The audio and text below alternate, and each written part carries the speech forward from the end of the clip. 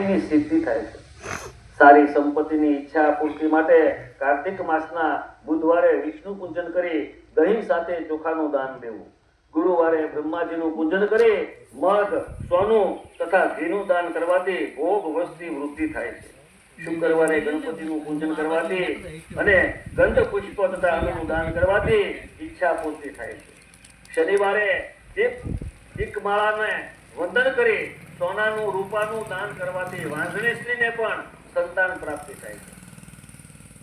તે વેળા હાથીઓનું, સર્પોનું તથા મર્યાદા પાળનારાઓનું પૂજન પણ કરવું। રુદ્ર, વિષ્ણુ અને બ્રહ્મા તેમજ ધન્વંતરી એવું બંને અશ્વની કુમારોનું પૂજન કરવાથી અકાળ મૃત્યુ ભય ટળે છે અને તત્કાળથી વ્યાધિ શાંત થાય છે। મીઠું, લોખંડ, તેલ, અડદ, ત્રિકુટ, ફળ, ગંધ, જલ, ઘી વગેરે દ્રવ્ય પદાર્થો તથા સુવર્ણ, મોતી વગેરેનું દાન સ્વર્ગલોકની પ્રાપ્તિ કરાવે છે। મીઠું વગેરેનું માપ 1.25 શેર જેટલું રાખવું।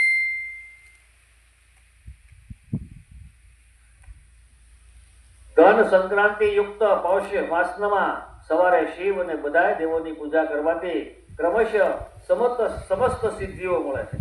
આ પૂજનમાં છઠ્યા વગરના ચોખા થી તૈયાર કરેલું નૈવેદ્ય ધરાવવું। ધર્મનું માસમાં દરેક પ્રકારનું અન્નનું નૈવેદ્ય ધરાવવું એ પણ શ્રેષ્ઠ છે।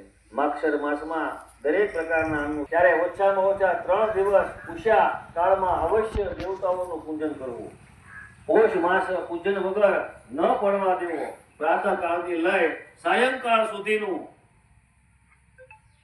પોષ માસના પૂજન સુધીનું મહત્વ છે।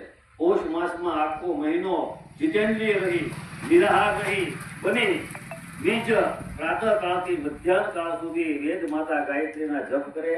ત્યાર પછી રાત્રે સૂતા સુધી પંચાક્ષર વગેરેના મંત્ર જાપ કરે। તે બ્રાહ્મણ શરીર છૂટા મોક્ષ પામે।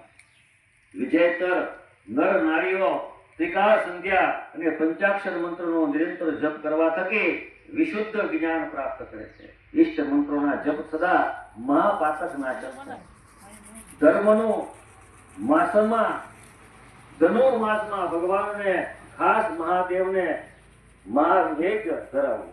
ચોખા, મરી, મધ, ઘી અને મગદળ તેનું પ્રમાણ જાળવી બધાના 12 ભાગ કરી 12 પ્રકારના શાક, ઘીના માલપુરા, ચોખા વગેરે, બાહુ, દહીં, દૂધ, 12 નારિયેળ, 12 સોપારી સાથે 36 નાગરવેલના પાન, જેમાં કપૂર, નકલો ને 5 સુગંધી ચૂર્ણ નાખીને પાન બીડા સાથે સઘળું તૈયાર કરવું। જે મહાદેવને નૈવેદ્ય છે તે નૈવેદ્ય ધરાવી ભક્તોમાં વહેંચવું। આ મહાનૈવેદ્ય ધરાવવાથી મનુષ્ય સંપૂર્ણ સ્વર્ગ સુખ પ્રાપ્ત કરે છે। યોનિ અને લિંગના સ્વરૂપ શિવ જન્મ આપનાર હોય છે, માટે જન્મ દૂર કરી ભગવાન ફેરા ટાળવા માટે શિવની જ જન્મ પૂજા કરી જન્મ નૈવેદ્ય ધરાવે।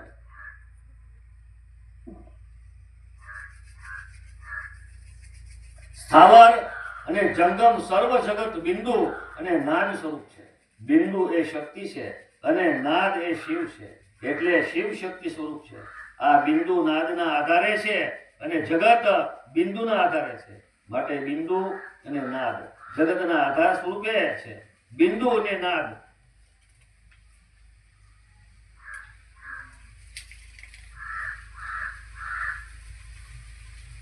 ભેગા થાય એટલે કળાઓ સહિત જગત જન્મે છે।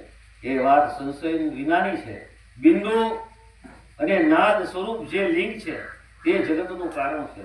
બિંદુ દેવી પાર્વતી છે અને શિવ એ નાદ છે, એટલે શિવલિંગ કહેવાય છે। બિંદુ રૂપ દેવી માતા છે અને નાદ રૂપ શિવ જગત પિતા છે।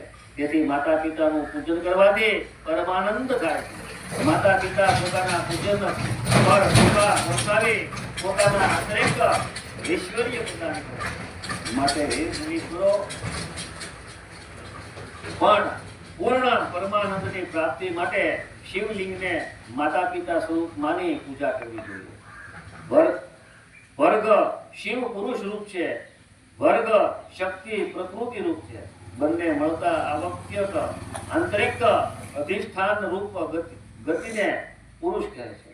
અને સુવ્યક્ત આંતરિક અધિષ્ઠારૂપ ગર્ભ પ્રકૃતિ નારી છે. પુરુષ આદિ ગર્ભ છે તથા પ્રકૃતિ ગર્ભથી યુક્ત હોય ગર્ભવાન છે, કારણ કે તેઓ પ્રકૃતિનો જનક છે. પ્રકૃતિમાં જે પુરુષનો સંયોગ બને છે તે પુરુષથી તેનો પ્રથમ જન્મ કહેવાય છે. અવ્યક્ત પ્રકૃતિથી મહત્વાદી ના કર્મથી જે જગતનું નિર્માણ થાય છે તે પ્રકૃતિનો બીજો જન્મ કહેવાય છે. જીવ પુરુષથી જ વારંવાર જન્મ મરણ પામે છે. પુરુષથી જ તે જીવનું અસ્તિત્વ છે અને માયાથી તેનો જન્મ કહેવાય છે. જન્મ કાળથી માંડીને જીર્ણ થાય છે તે માટે તેને જીવ કહેવાય છે.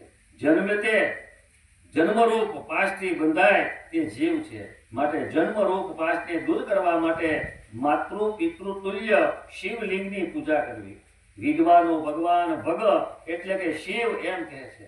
લિંગ ભગ સહિત છે અને ભંગ લિંગથી યુક્ત છે. માટે આ લોકના ભોગ માટે તથા પરલોકના કાયમિક ભોગ માટે ભગવાન મહાદેવને શિવલિંગ રૂપે પૂજવા અને પ્રકૃતિથી પ્રકટ થતા સર્વ પુરુષોને બહારના કર્મ તથા અંદરના માનસથી ષોડોપચારથી શિવલિંગની પૂજન કરવું જોઈએ. રવિવારે પ્રણવ ઓમ વડે મહાલિંગની પૂજા અવશ્ય કરવી. રવિવારે મહાલિંગ ઉપર પંચગવ્ય વડે અભિષેક કરવો ઉત્તમ છે. ગાયનું છાણ, ગૌમૂત્ર, દૂધ, દહીં, ઘી અને પંચગવ્ય છે. ગાયનું દૂધ, દહીં, ઘી અને સાકર તથા મધ સાથે મેળવી એ પંચામૃત બનાવવું અને તે દ્વારા શિવલિંગને અભિષેક કરી સ્નાન કરાવવું. ત્યાર પછી ગાયનું દૂધ અને અન્ન તથા ગોળ, ખાંડ કે મધ મેળવી દૂધપાક ખીર બનાવી નૈવેદ્ય તૈયાર કરવું અને તે પ્રણવ મંત્રના ઉચ્ચારથી ભગવાન શિવને અર્પણ કરવું. પ્રણવ મંત્ર ઓમ એ ધ્વનિનાદનું લિંગ છે. નાદ એ સ્વયંભૂ પરમાત્માનું લિંગ છે અને યંત્રને બિંદુનું લિંગ છે. એમાં આ અચલ રૂપથી પ્રતિષ્ઠિત જે શિવલિંગ છે તે મકાર સ્વરૂપ છે. સવારી નીકળવા માટે ચરલિંગ હોય છે તે ઉકાર સ્વરૂપ છે અને પૂજાની દીક્ષા આપનાર ગુરુનો વિગ્રહ અકારનું પ્રતીક છે. આમ અકાર, મકાર, ઉકાર અને બિંદુ અને નાદ ધ્વનિના રૂપમાં લિંગના 6 પ્રકારો છે. આ 6 લિંગોની નિત્ય પૂજા કરવાથી સાધક જીવન મુક્ત થાય છે. એમાં સંશય છે જ નહીં. ભક્તિપૂર્વક કરેલી શિવ પૂજા મનુષ્યને જન્મથી છોડાવનારી થાય છે. રુદ્રાક્ષ ધારણ કરવાથી, ચોથા ભાગની ભસ્મ ધારણ કરવાથી, અડધા ભાગની શિવ મંત્ર જપવાથી, પોણા ભાગની અને શિવ પૂજાની માણસ પૂર્ણ ભક્તિ વાળો થાય છે. ને શિવલિંગને તથા તેના ભક્તોને પૂજીને માણસ મોક્ષ પામે છે. માટે વિદ્વવરો જે અધ્યાયને સાવધાન થઈને ભણે છે અને સાંભળે છે તેના ઉપર શિવની અતિ દ્રઢ ભક્તિ પરમ કૃપા વરસે છે. ય ઇમં પઠતે ધ્યાયમ શુણાયાધ્યા બ્રહ્માહિત તસ્ય વે શિવ ભક્તિ સ્વ ધર્મતે સદડા દ્વિજ. બોલો રામેશ્વર મહાદેવ કી જય. શ્રી શિવ મહાપુરાણ